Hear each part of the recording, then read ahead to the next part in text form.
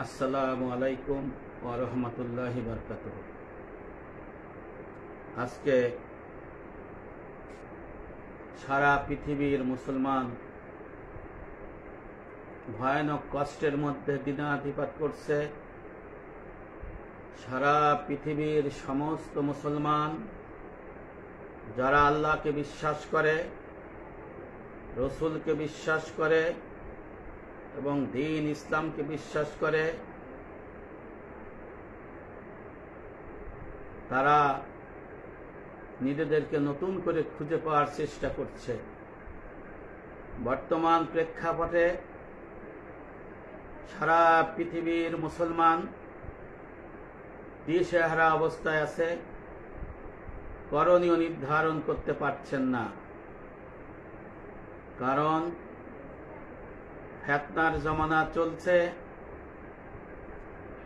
আখিরি জমানা চলছে। নবী করিম সাল্লাল্লাহু আলাইহি সাল্লাম প্রায় 1450 বছর আগে এই দিন প্রতিষ্ঠা করে মদিনার বুকে শুয়ে আছেন। বিভিন্ন ঘাত প্রতিঘাত পার হয়ে আজকে মুসলমানেরা বিভিন্ন ভাগে বিভক্ত হয়ে, বিভিন্ন অনুসারী, বিভিন্ন মতে বিভক্ত হয়ে আজকে নিজেদের সর্বনাশ ডেকে আনছে। ভাগ্যের নির্মম পরিহাস। আজকে পবিত্র ভূমি জেরুজালেম রক্তাক্ত হয়েছে। একটা নগরীকে ধ্বংস করা হয়েছে, সেখানের একজন মুসলমানও বেঁচে নাই। আমাদের পবিত্র বাইতুল মাকাদিস যে মসজিদ, সেই মসজিদকে ধ্বংস করা হয়েছে। মুসলমানেরা সবাই জানেন, আল্লাহ রসুল বলেছেন যে ভবিষ্যৎবাণী আল্লাহ রসুল করে দিয়েছেন যে মুসলমানরা কিন্তু দমে যাবে না। একটি জামাত হকের পথে থাকবে, মানুষ তাদের কষ্ট দিবে, মানুষ তাদেরকে বিভিন্নভাবে ধ্বংস করার চেষ্টা করবে, দুর্ভিক্ষ ছাড়া তাদের কোনো পক্ষই ধ্বংস করতে পারবে না। কিয়ামত পর্যন্ত তারা এইভাবে থাকবে। নবী করিম সাল্লাল্লাহু আলাইহি ওয়াসাল্লামকে জিজ্ঞেস করা হলো, ইয়া রাসূলুল্লাহ, তারা কোথায় থাকবেন? আমার নবী বললেন, তারা বাইতুল মাকদিস এবং তার আশেপাশে থাকবেন। সুবহানাল্লাহ। মুসনাদে আহমেদ হাদিস নাম্বার 21286। এই হাদিসটি বর্ণনা করেছেন আবু উমামা রাদিয়াল্লাহু আনহু। অর্থাৎ নবী করিম সাল্লাল্লাহু আলাইহি ওয়াসাল্লাম স্পষ্ট এই দুনিয়াবাসীকে জানাই দিয়ে গেছেন, ও হে দুনিয়াবাসীরা, হে মুসলমানেরা, তোমরা শুনে নাও, জেনে নাও, বাইতুল মাকদিসের চারপাশের যে মুসলমানেরা থাকবে তারা হকের পথে থাকবে এবং তারা জিহাদে রত থাকবে। এইভাবে কিয়ামত সংগঠিত আগ পর্যন্ত তারা থাকবে। তাদের কোনো যুদ্ধ বিগ্রহ কোনো কিছুই টলাইতে পারবে না, সত্য পথ থেকে তাদের হটাইতে পারবে না, শুধু ক্ষুধা এবং দুর্ভিক্ষ ছাড়া। এই হাদিস দ্বারা প্রমাণিত হয় বাইতুল মাকদিসকে ঘিরে মুসলমানদের যে জিহাদ, মুসলমানদের যে কর্ম, এটা চলতেই থাকবে যতদিন না পর্যন্ত ইমাম মাহদী আলাইহিস সালাম আসবেন, যতদিন না পর্যন্ত হযরত ঈসা আলাইহিস সালাম আসবেন, যতদিন না এই ইহুদিদের সর্দার দাজ্জালকে বাবে লুত, ইসরায়েলের যে গেট এখন তৈরি হয়েছে, নবী করিম সাল্লাল্লাহু আলাইহি ওয়াসাল্লাম বলে দিয়েছেন 1450 বছর আগে, এই লুত শহরের প্রধান গেটে দাজ্জাল, ইহুদিদের যিনি শাসক থাকবেন, তাকে হত্যা করা হবে। ঈসা আলাইহিস সালাম হত্যা করবেন, ইমাম মাহদী আলাইহিস সালাম হত্যা করবেন। এই বাবে লুত শহরও নির্মাণ হয়ে আছে। সুবহানাল্লাহ। সেই দিন বেশি দূরে নয় যেদিন এই মুসলমানরা এই প্যালেস্টাইন পুনর্দখল করবে, সেই দিন বেশি দূরে নয়। এই মুসলমানেরা সারা পৃথিবী বিজয় করবে ইনশাআল্লাহ। এটা কোনো কাল্পনিক বিষয় নয়, এটা আমার আল্লাহর ঘোষণা, আমার নবী করিম সাল্লাল্লাহু আলাইহি সাল্লামের বলে যাওয়া কথা, যেটা আমার আল্লাহ পাক আমার রসুলকে বলে দিয়েছেন। আমাদের এখন কি করণীয়, আমাদের কি করা উচিত? এই ফিলিস্তিন প্যালেস্তাইন নিয়ে নবী করিম সাল্লাল্লাহু আলাইহি ওয়াসাল্লাম আমাদের কি বলে গিয়েছেন, এই বিষয়টা আমাদের জানা দরকার। কোরআন হাদিসের বর্ণনা অনুযায়ী ফিলিস্তিন বরকতময় একটি জায়গা। এই অঞ্চল মূলত শামের অন্তর্ভুক্ত। তৎকালীন শাম দেশ বলতে বোঝায় বর্তমান সময়ের সিরিয়া, জর্ডান, লেবানন, ঐতিহাসিক ফিলিস্তিন ভূখণ্ড। কোরআন এই অঞ্চলকে পবিত্র ভূমি বলা হয়েছে। আল্লাহ তাআলা নবী রাসূল পাঠানোর জন্য এই ভূমিকে বেছে নিয়েছিলেন, তাই একে পবিত্র ভূমি বলা হয়। তাফসিরে তাহাজুল কোরআন পৃষ্ঠা নাম্বার 334। নবী করিম সাল্লাল্লাহু আলাইহি ওয়াসাল্লামের ভবিষ্যৎবাণী যেটা আল্লাহ পাক জানিয়ে দিয়েছেন, এই অঞ্চলের মুসলমানদের সেনা ছাউনি থাকবে। অতীতে এই অঞ্চল ছিল নবী রাসূলদের পুণ্যভূমি। এখানে কিয়ামতের আগে হযরত ঈসা আলাইহিস সালাম আসমান থেকে অবতরণ করবেন। এই অঞ্চলে দাজ্জালকে হত্যা করা হবে। এই দাজ্জাল হবে ইহুদিদের প্রধান শাসক। এখানেই হবে কিয়ামতের ময়দান। শাম দেশ সম্পর্কে নবী করিম সাল্লাল্লাহু আলাইহি ওয়াসাল্লাম বেশ কিছু সুন্দর ভবিষ্যৎবাণী যা আল্লাহ থেকে প্রাপ্ত সেটা বলে গিয়েছিলেন।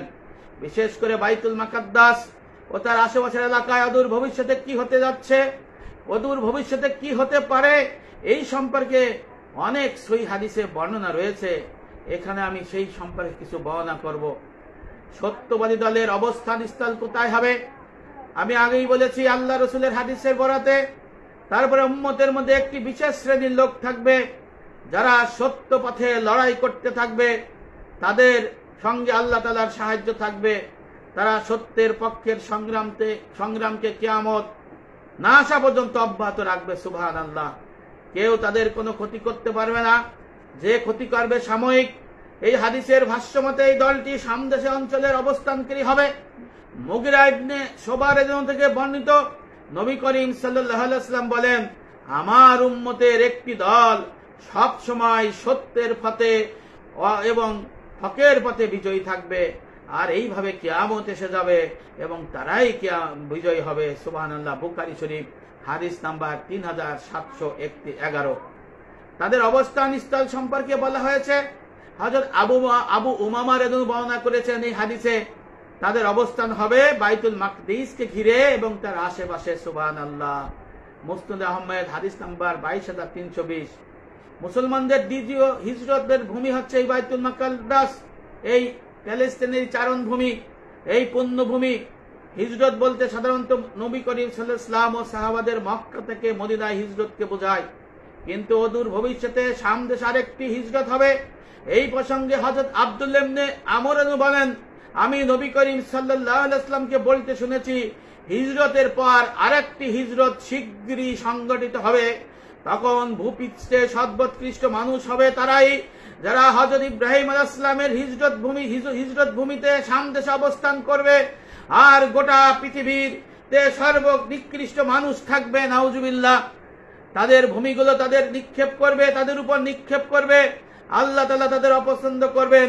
তাদের ফিতনার আগুন বান্দর ও শূকরের সঙ্গে মিলিয়ে রাখবে। তাদের দুশ্চরিত্রের কারণে তারা যেখানে যাবে সেখানেই ফিতনা লেগে থাকবে। আবু দাউদ শরীফ হাদিস নাম্বার 2482।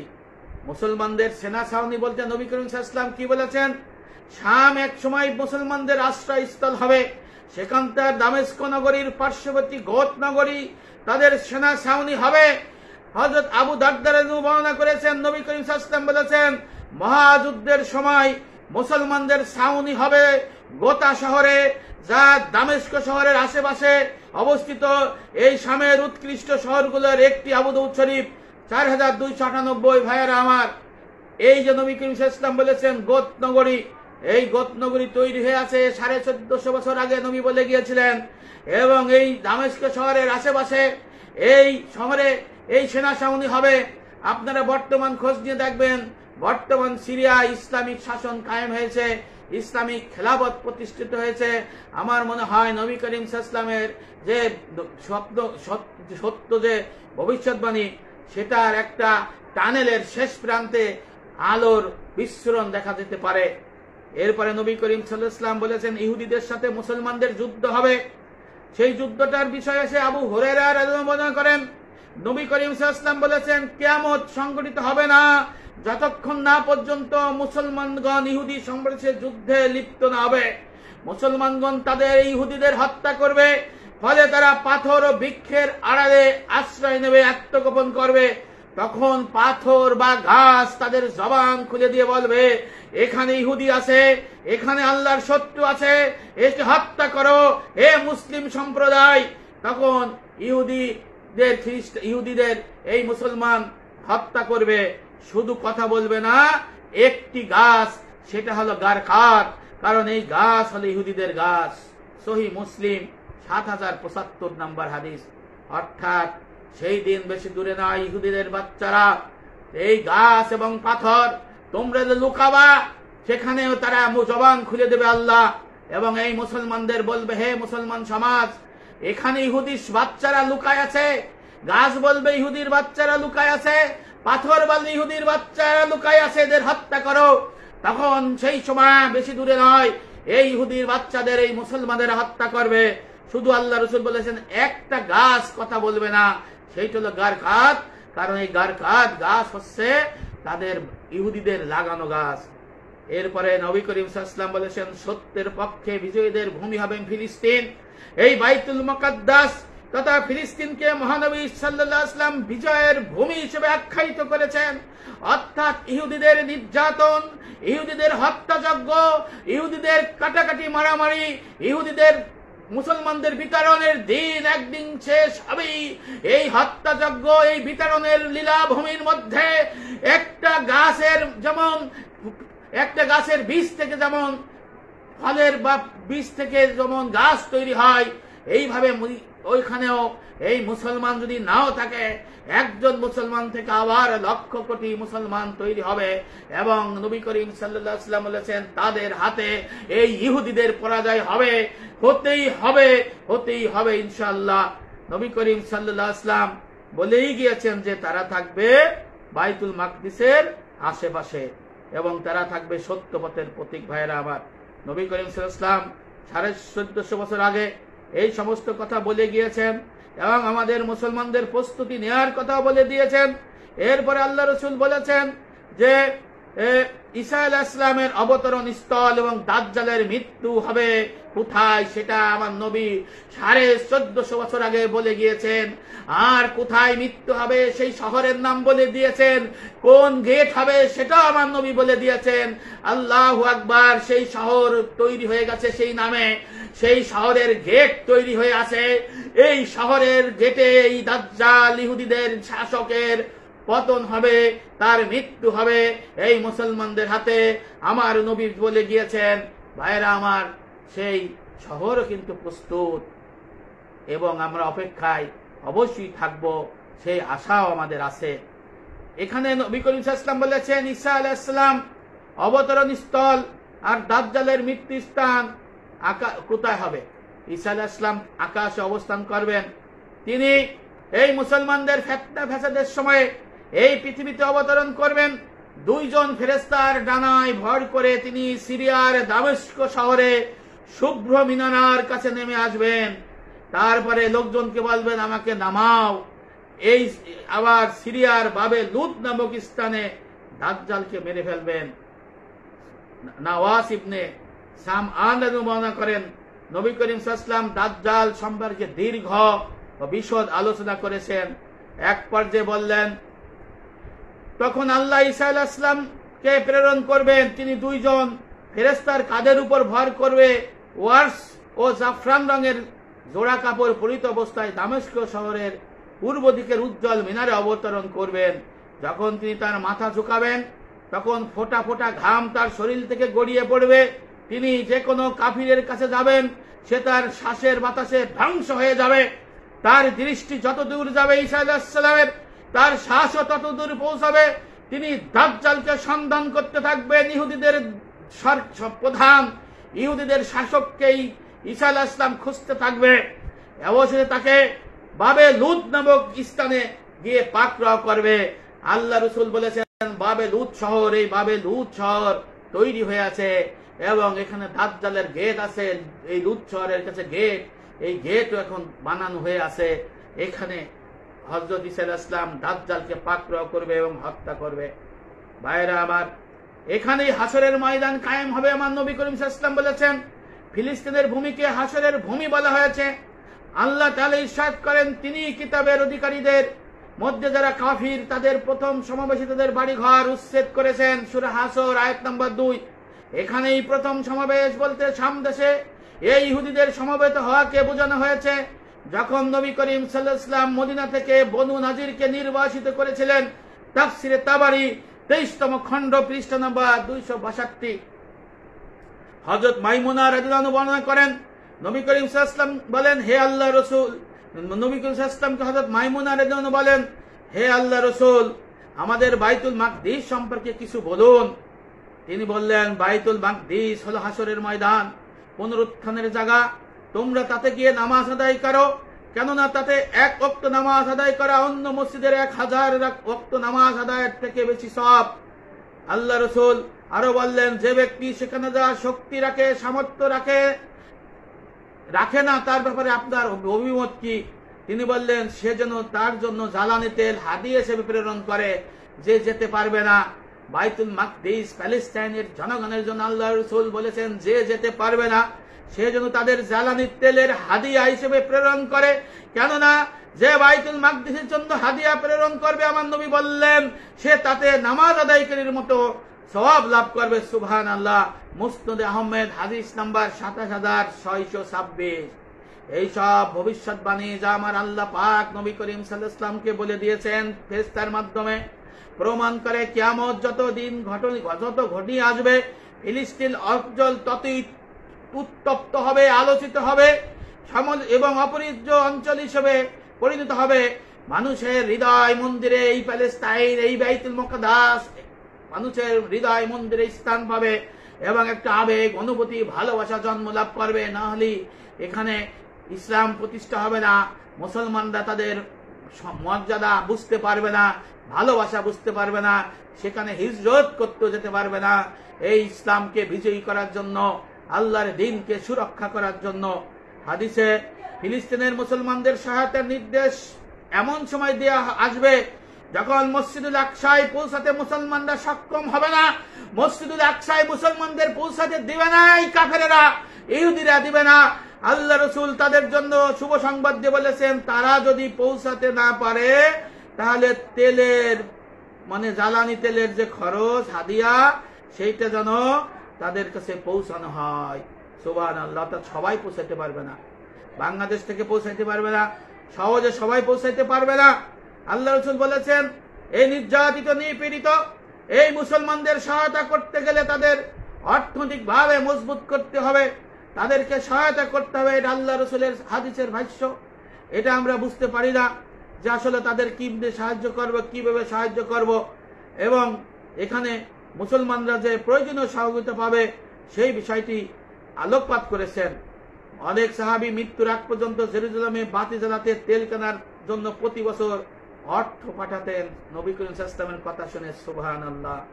মাইমুনা রাদিয়াল্লাহু বর্ণিত নবী সাল্লাল্লাহু আলাইহি ওয়াসাল্লাম বললেন, উনি ওই একই আল্লাহ রাসূল বললেন, হে মাইমুনা, বাইতুল মাকদিস হল হাসরের ময়দান, পুনরুত্থানের জায়গা। এই কথা আবার বলেছেন নবী। এই জন্য শায়ামের কল্যাণের জন্য উম্মতের কল্যাণ সম্পৃক্ত। এর অর্থ হল নুমিয়ার ইবনে কুবরার বর্ণনা করেন, নবী করিম সাল্লাল্লাহু আলাইহি ওয়াসাল্লাম বলেন, যখন শ্যামভূমি ফ্যাসাদ সৃষ্টিকারীদের দ্বারা ধ্বংস হয়ে যাবে, যখন বাইতুল মাকদিস ফ্যাসাদ সৃষ্টিকারীদের দ্বারা ধ্বংস হয়ে যাবে, তোমাদের মধ্যে কোনো সেখানে কল্যাণ থাকবে না। আমার উম্মতের একটি দল সেখানে সর্বদা সাহায্য প্রাপ্ত হবে। তাদের চেষ্টা করে ক্ষতি করলেও সব এই দলকে ধ্বংস করতে পারবে না। তাদের ক্ষুধা এবং দারিদ্রতা ছাড়া তাদের দমানো যাবে না। আল্লাহ রাসূল বললেন, কিয়ামত পর্যন্ত তাদের ক্ষতি সাধন করতে পারবে না। যদিও সাময়িকভাবে তারা ধ্বংসপ্রাপ্ত বলে গণ্য হয়, সাময়িকভাবে তারা অত্যাচারিত হয়, সাময়িকভাবে তারা শহীদি তামান্না গ্রহণ করে। ফিলিস্তিনের জেরুজালেম নগরীতে বর্তমানে বাইতুল মাকদিস বা মসজিদুল আকসা ইসলামের ইতিহাসে একটি গুরুত্বপূর্ণ মসজিদ।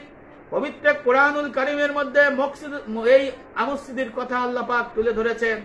এখান থেকে সংগঠিত হয়েছিল আল্লাহ রাসূল সাল্লাল্লাহু আলাইহি ওয়াসাল্লামের পবিত্র মিরাজ। ইসলামের সূচনাকাল বাইতুল মুকাদ্দাসের দিকে ফিরেই নামাজ আদায় করতেন মুসলমানেরা। নবী করিম সাল্লাল্লাহু আলাইহি ওয়াসাল্লাম বারবার আকাশের দিকে তাকাইয়া মক্কার দিকে নামাজ পড়ার জন্য মনের আকুতি নিপতি পেশ করলেন। আল্লাহ পাক বুঝে নিলেন আমার হাবিব মক্কা নগরীকে সামনে রেখে, কাবাকে সামনে রেখে নামাজ পড়তে চায়। তাই তিনি আল্লাহ রসুলকে আদেশ করলেন যে আপনি বাইতুল মাকদিস থেকে ফিরে কাবার দিকে নামাজ পড়ুন। আমার নবীর এই মন কথাটা তিনি দিয়েছিলেন। আর এখানে ইসলামের সূচনাকালে যে এই বাইতুল মাকদিসের যে পবিত্রতা, এখন সেই পবিত্রতা আছে এবং থাকবে। উমাইয়া, আইয়ুবী, সেলজুক, মামলুক, উসমানী সহ বিভিন্ন মুসলিম শাসন আমলে পবিত্র বাইতুল মাকদিসের রক্ষণাবেক্ষণ দায়িত্ব ছিল মুসলমানদের অধীনে, কিন্তু এখন মুসলমানদের অধীনে নাই, সেখানে ইহুদিদের দখলে চলে গেছে। বাইতুল মুকাদ্দাসকে 1099 খ্রিস্টাব্দে প্রথম ক্রুসেডের সময় দখল করা হয়। ক্রুসেডরা মসজিদে প্রবেশ করে সেখানে ব্যাপক ধ্বংসযজ্ঞ চালায়। পবিত্র কুদসের ভেতরে ও বাহিরে মুসলিমদের উপর নির্মম নির্যাতন চালানো হয়। সেখানে অধিকাংশ মুসলমানদের হত্যা করা হয়। 1119 খ্রিস্টাব্দে একে নাইটস টেম্পলারদের সদর দপ্তর করা হয়। সেই সময় মসজিদে আকসাকে রাজপ্রাসাদ পাশাপাশি ঘোড়ার আস্তাবল হিসেবে ব্যবহার করা হয়। নাউজুবিল্লাহ।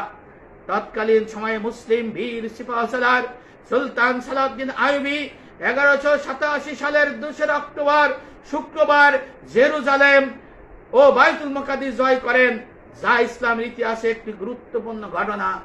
এই প্রমাণ হয় এখন বাইতুল মুকাদ্দিসে যদিও মনে হয় ইসলামের জয়যাত্রা থেমে গেছে, মনে হলো যে ওখানে কোনো মুসলমান নাই, সব হত্যা করে ধ্বংস করে দেওয়া হয়েছে, বাড়ি ঘর লুটপাট করে ধ্বংস করা হয়েছে, কিন্তু হযরত সুলতান সালাউদ্দিন আইয়ুবীর মতো ঠিকই এমন ব্যক্তি জন্মগ্রহণ নেবে, তার নেতৃত্বে এই বাইতুল মাকদিস আবার দখল হবে।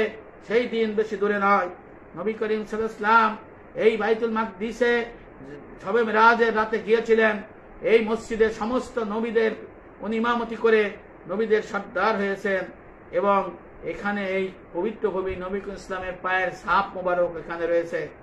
এই জন্য এই পবিত্র ভূমিকে আল্লাহ পাকই দেখাশোনা করছেন, আল্লাহ পাকই রহমত দিবেন, আল্লাহ পাকই বরকত দিবেন এবং মুসলমানদের বিজয় দেবেন। কারণ আল্লাহর থেকে বড় কৌশলী এই পৃথিবীতে কেউ নাই। মহান রব্বুল আমিন সব খবরই জানেন, সব খবরই দেখছেন, সব জানেন, দেখছেন। উনি চুপ থাকেন না। উনি যখন গজব নাজিল করেন, সেই গজব থেকে কেউ বাঁচার সাধ্য নাই। উনি যাকে ধরেন সে ওই খাঁচার থেকে বের হইতে পারবে না। আপনারা মনে করেন না যে ইহুদির বাচ্চারা আমাদের প্যালেস্তাইন ভূমিকে দখল করে নিয়ে গেছে, আমাদের প্রিয় আমাদের মসজিদকে ভেঙে চুরে চুরমার করেছে, এরা একটা শহরকে পুরা ধূলিসাৎ করে দিয়েছে, সেখানের একটা মানুষ নাই, লক্ষ লক্ষ মানুষকে হত্যা করা হয়েছে। কেউ যেন ভাবেন না এই মুসলমান ধ্বংস হয়ে গেছে, এই মুসলমানদের বিজয় হবে না। আমার আল্লাহ বলেছে এখানে মুসলমানদের বিজয় হবে, আমার নবী বলেছেন এখানেই মুসলমানদের বিজয় সংগঠিত হবে, এখানেই মুসলমানদের ইসলামের জয়যাত্রা শুরু হবে। এবং এখানেই এই ইহুদিদের বাচ্চারা, তোমরা যারা তোমাদের সর্বশ্রেষ্ঠ শাসক যে থাকবে এই কানা দাজ্জাল, তাকে এই লুদ শহরের এই লুদের গেটে নবী যে নামের লুদ শহরের কথা বলে গেছেন, লুদ বাবে লুদ যে গেটের কথা বলে গেছে, এখানে কিন্তু এই ইহুদিদের প্রেসিডেন্ট, ইহুদিদের শাসক দাজ্জালকে নির্মমভাবে হত্যা করা হবে এবং মুসলমানদের এখানে জয় যাত্রা সূচিত হবে। এই জন্য মুসলমানদের দুর্বল মনে করা সঠিক নয়, মুসলমানদের হীন মনোবল করা সঠিক নয়। আল্লাহ সূরা আল ইমরানের 139 নম্বর আয়াতে বলেছে, ওয়ালা তাহিনু ওয়ালা তাহজানু ওয়া আনতুমুল আলাউনা ইন কুনতুম মুমিনিন। আল্লাহ বলেছে তোমরা ভেঙে পড়ো না, তোমরা নিরাশ হয় না, দুঃখিত হয় না, তোমরাই বিজয়ী হবে যদি তোমরা কামেল মুমিন হও, তোমরা যদি সিপতি মুসলমান হও। আল্লাহর ঘোষণা। আল্লাহ বলেছেন যতই দুঃখ আসুক, যতই কষ্ট আসুক, যতই হত্যা হোক, যতই ধ্বংস হোক, শেষ পর্যন্ত হে মুসলমানেরা তোমরাই বিজয়ী হবে। এটা আমার আল্লাহর ওয়াদা। এই আমার আল্লাহর ওয়াদা সত্য। আমার আল্লাহর ওয়াদা কখনোই মিথ্যা হয় নাই। কোনোদিনও হবে না। মানুষের পক্ষে আল্লাহর ক্ষমতা বুঝার সাধ্য নাই। আল্লাহ যখন ধ্বংস করে দেবে তখন কেউ বুঝতে পারবে না। কিছুদিন আগে পৃথিবীর সর্বশ্রেষ্ঠ রাষ্ট্র ছিল, কিভাবে অগ্নুৎপাত দিয়ে ধ্বংস করে দেশে ভাইরা আমার, আপনারা জানেন কিভাবে ভূমিকম্প দিয়ে আল্লাহ পাক নগরী ধ্বংস করে দেয়, সেটা সবাই জানে। এবং ইটালিতেও এরকম দেখা গেছে, বিরাট শহর আল্লাহ পাক এমন কম্পন দিয়ে তছনছ করে দেশে। আমার আল্লাহর 1 সেকেন্ড লাগে, আমার লাগা আল্লাহ কোন ফায়াকুন বলার সঙ্গে সঙ্গে হয়ে যায়। আমরাই মুসলমানেরাই যারা বেঁচে থাকবে তারাই বাইতুল মাকদিস জয় করবে। আল্লাহর সাহায্য নিয়ে আমার আল্লাহ অবশ্যই সাহায্য করবেন, কারণ আল্লাহ পাক এই সাহায্য দিবেন।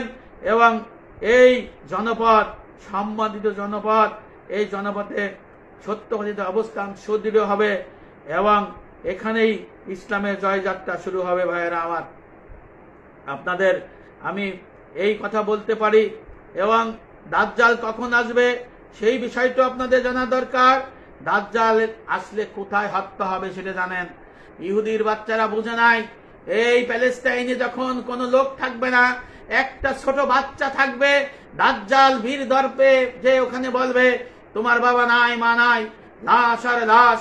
তখন বলবে তুমি উঠো, তোমার বাবা মাকে আমি জীবিত করে দেই। তখন এই বাচ্চাকে বাবা মাকে জীবিত করে দেবে। তার বাবা জীবিত করে মানে শয়তান ওই রূপ ধারণ করে আসবে। তারপরে বলবে তুমি আমাকে খোদা বলো। ওই বাচ্চা ছেলে বলবে তুই খোদা কেন, তুই তো কাফের, আমার খোদা আল্লাহ তো ওই আসমানে। এই কথা শুনে দাজ্জাল তখন ওই ছেলের 2 পা ধরে ফাড়িয়ে ফেলাই দেবে এবং ওই ছেলেকে সে হত্যা করবে। আল্লাহ পাক এই ছেলের হত্যার মধ্যে দিয়েই দাজ্জালের সমস্ত শক্তি খর্ব করে দেবে। এরপর দাজ্জালের আর শক্তি থাকবে না, সে তখন দৌড়াইতে থাকবে। দৌড়াইতে দৌড়াইতে আল্লাহ রসুল 1450 বছর আগে সেই বাবে লুত শহরের কথা বলেছেন। এই লুত শহরে যাবে, লুত শহরের প্রবেশের ওখানে বাবে লুত আছে, এই বাবে লুত গেটের কাছে যাবে, সেইটাও তৈরি হয়ে আছে। তখন ঈসা আলাইহিস সালাম তাকে এই যেখানে হত্যা করবে। এই জন্য আমাদের হতাশ হওয়ার কারণ নাই, নিরাশ হওয়ার কারণ নাই। যে যেখানে আসি সে সেখান থেকে আল্লাহর সাহায্য চাই, সে সেখান থেকে আমরা মুসলমানদের বিজয় চাই। আমি একটা হাদিস আপনাকে বলতে চাই। দাজ্জালের সাথে নবী করিম সাল্লাল্লাহু আলাইহি ওয়াসাল্লামের এক সাহাবার দেখা হয়েছিল। সে কখন আসবে, কিভাবে আসবে একটু মিলাই নেন আপনারা। তামিদ ইবনে আউস আদ-দারি রাদিয়াল্লাহু আনহু, উনি তখন খ্রিস্টান ছিলেন, পরে সাহাবা হয়েছেন। উনি কিভাবে দাজ্জালকে দেখলেন, দাজ্জাল কখন বের হবে, দাজ্জাল কি বললেন, এই বিষয়টা আমাদের জানা দরকার এই সহিহ হাদিস থেকে। তামিম ইবনে আউস আদ-দারি রাদিয়াল্লাহু আনহু একজন সাহাবী ছিলেন। তিনি 9ম হিজরি সনে তার গোত্রের 9 জন লোক সহ নবী করিম সাল্লাল্লাহু আলাইহি ওয়াসাল্লামের খেদমতে উপস্থিত হলেন এবং খ্রিস্টান ধর্ম ছেড়ে ইসলাম ধর্ম গ্রহণ করেছিলেন।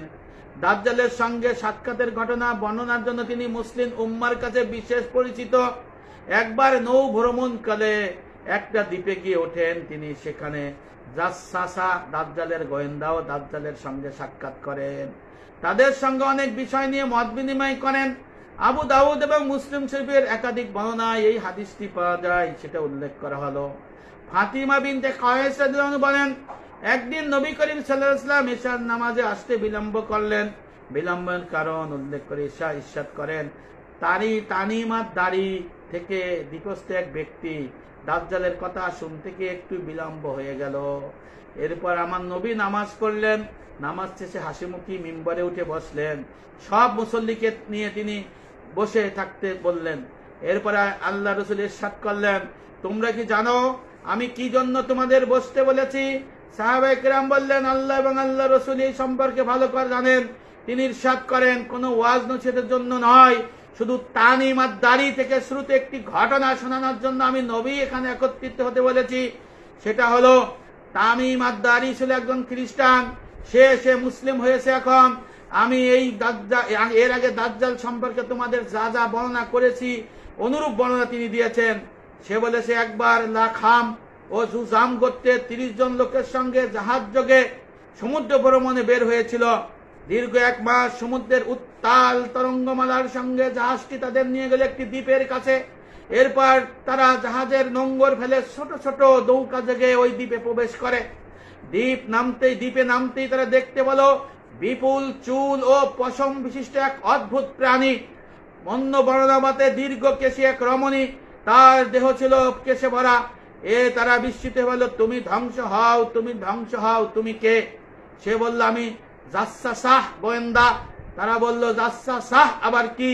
সে বলল, এই যে দেখা যায় একটা প্রাসাদ, সেখানে যাও, তাতে অবস্থান করেছে এক ব্যক্তি যে তোমাদের গভীর আগ্রহে অপেক্ষা করছে।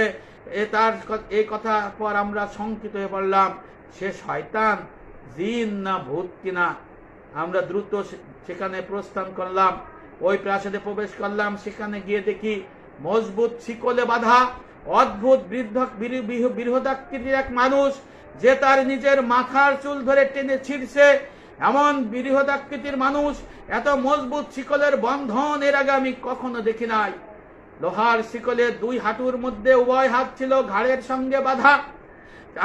তাকে বললাম, তুমি ধ্বংস হও, তুমি ধ্বংস হও, তুমি কে? সে বলল, তোমরা আমার কিছু না কিছু পরিচয় তো পেয়ে গেছো ইতিমধ্যে। অপর বর্ণনাতে সে পরিষ্কার বলে দিল, আমি দাজ্জাল।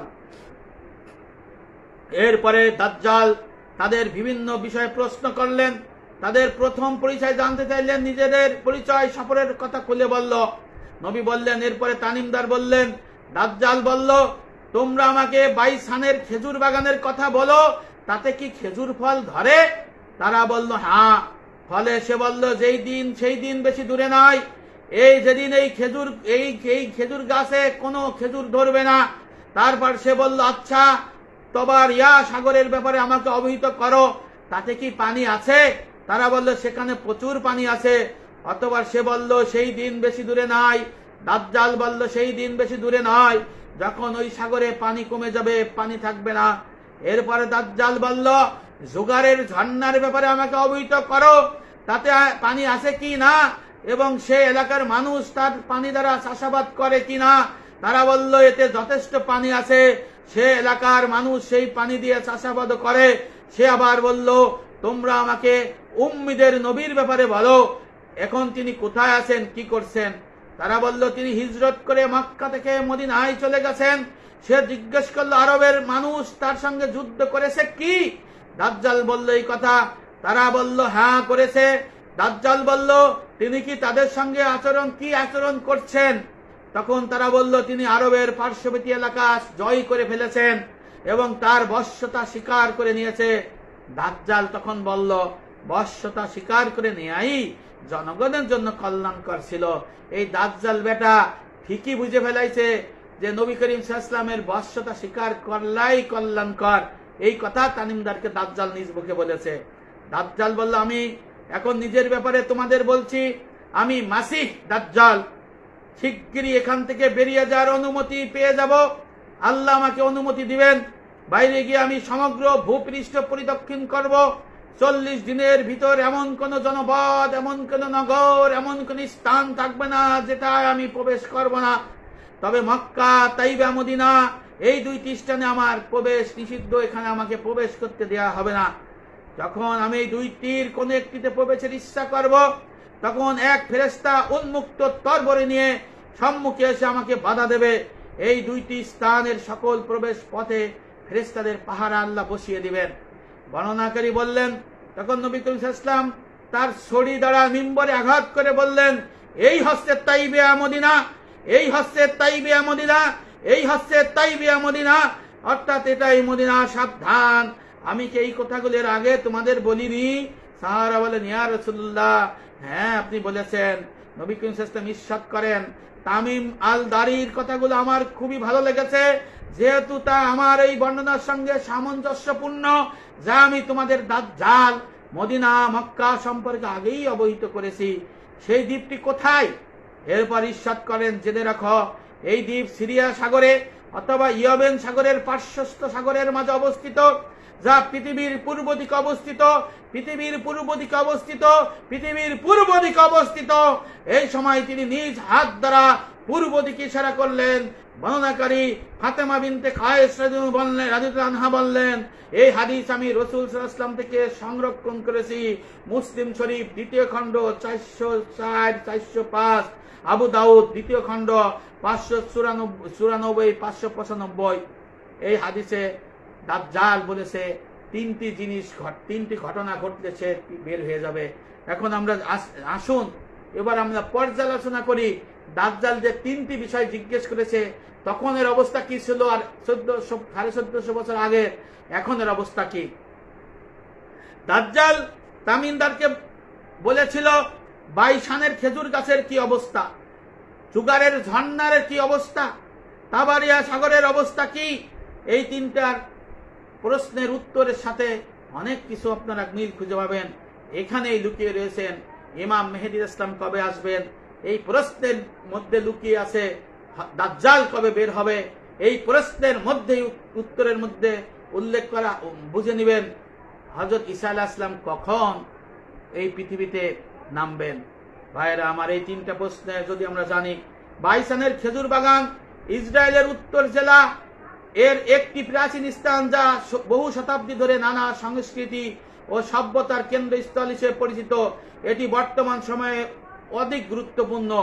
বর্তমান সময়ে বাইসার শহরটি আধুনিক বাসিন্দাদের নিয়ে গড়ে উঠেছে। এটি ইসরায়েলের একটি অন্যতম প্রাচীন ও প্রত্নতাত্ত্বিক কেন্দ্র।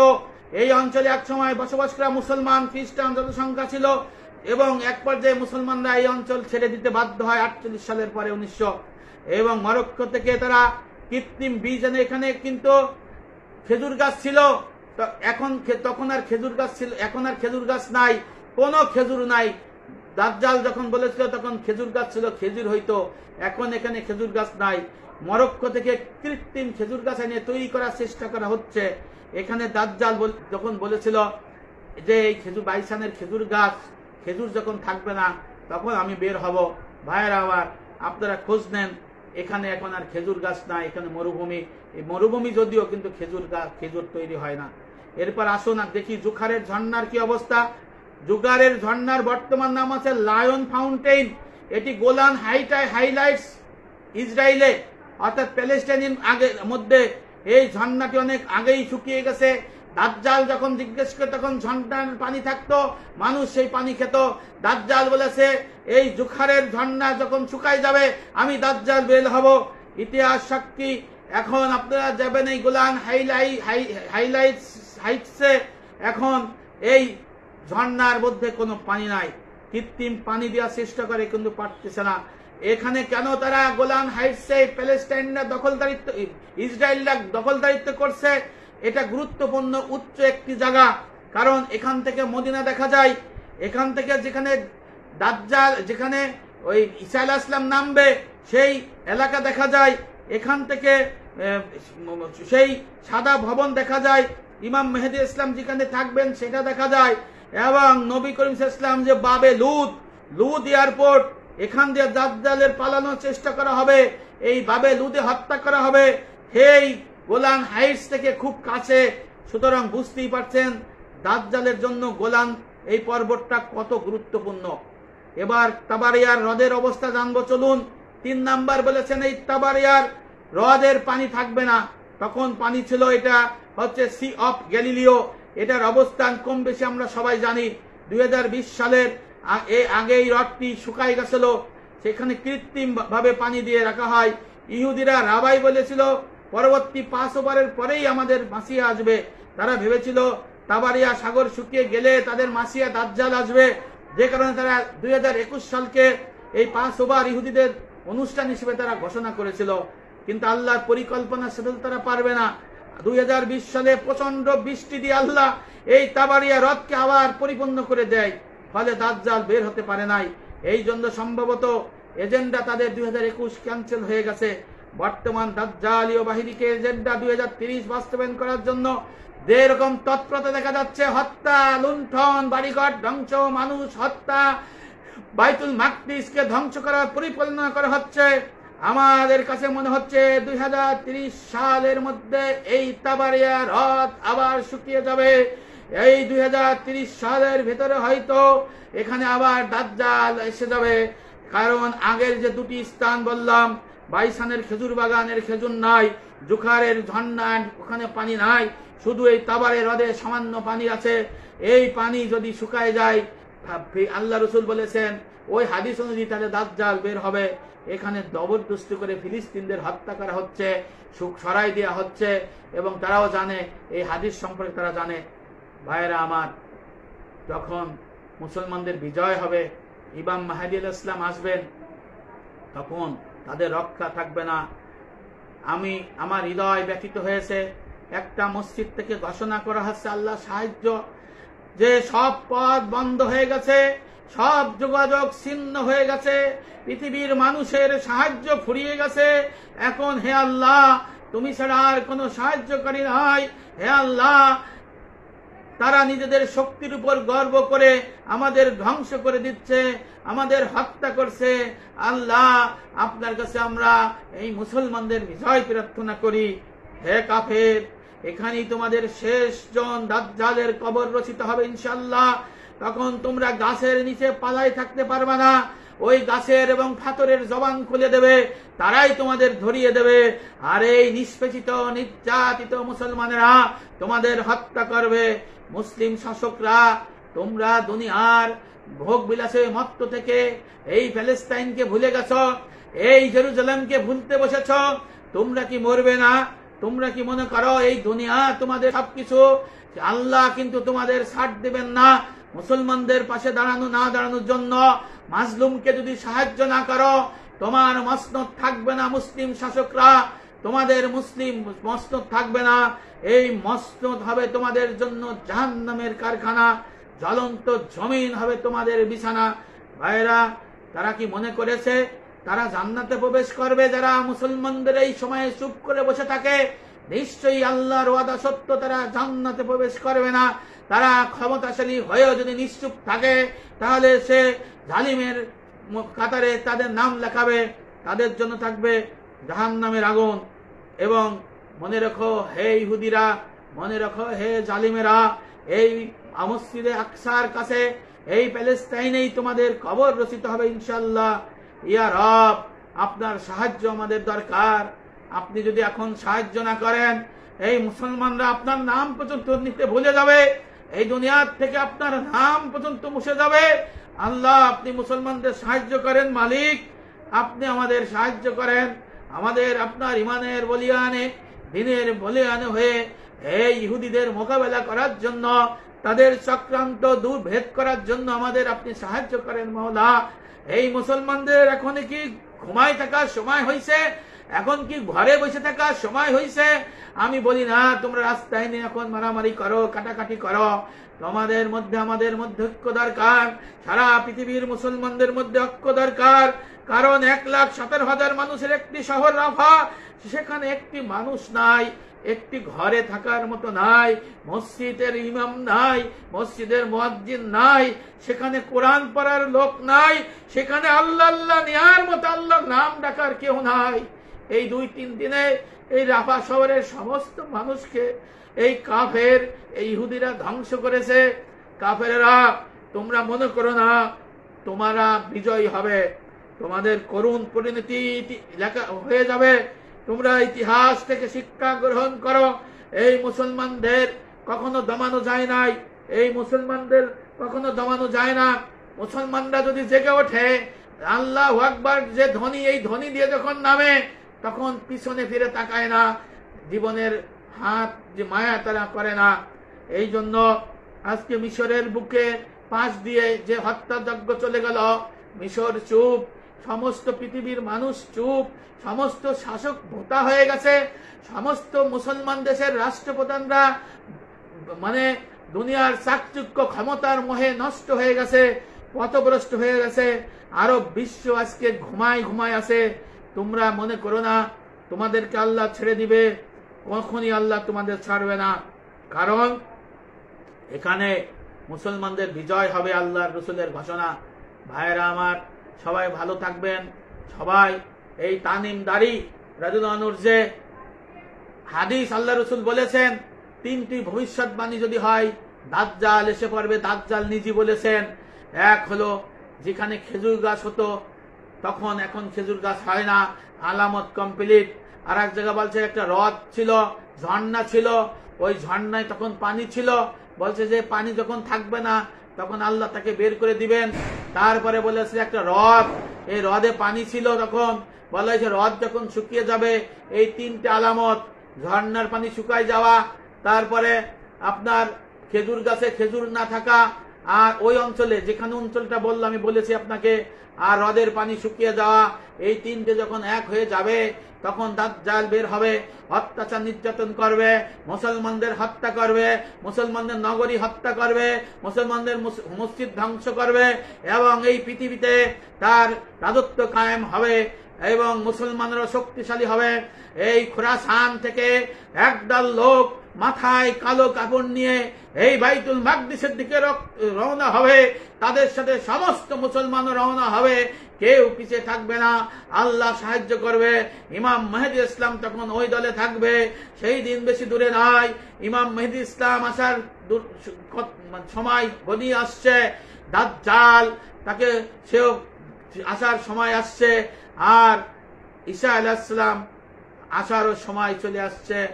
আপনারা সবাই পরিপূর্ণ দিন ইসলামের মধ্যে দাখিল হন, আপনারা সবাই সিপতি মুসলমান হন, দেহত্যা মালের বন্যই করে সিপতি মুসলমান হন, কামেল মুমিন হন। কারণ আল্লাহর ঘোষণা, ওয়ালা তাহিনু ওয়ালা তাহজুনু ওয়া আনতুমুল আলাউনা ইন কুনতুম মুমিনিন। নিরাশ হও না, ভেঙে পড়ো না, দুঃখিত হও না, তোমরাই মুসলমানরা বিজয়ী হবে, আমি বিজয়ী দেব যদি তোমরা কামেল মুমিন হও, তোমরা যদি সিপতি মুসলমান হও। এই বাইতুল মাকদিসে আমাদের পতাকা উঠবে, এই বাংলাদেশ সারা পৃথিবীর মানুষ এই মুসলমানের পদঘরে প্রকম্পিত হবে। এই আশা, এই বিশ্বাস আমাদের আছে। সবাই ভালো থাকবেন। আসসালামু আলাইকুম ওয়া রাহমাতুল্লাহি ওয়া বারাকাতুহু।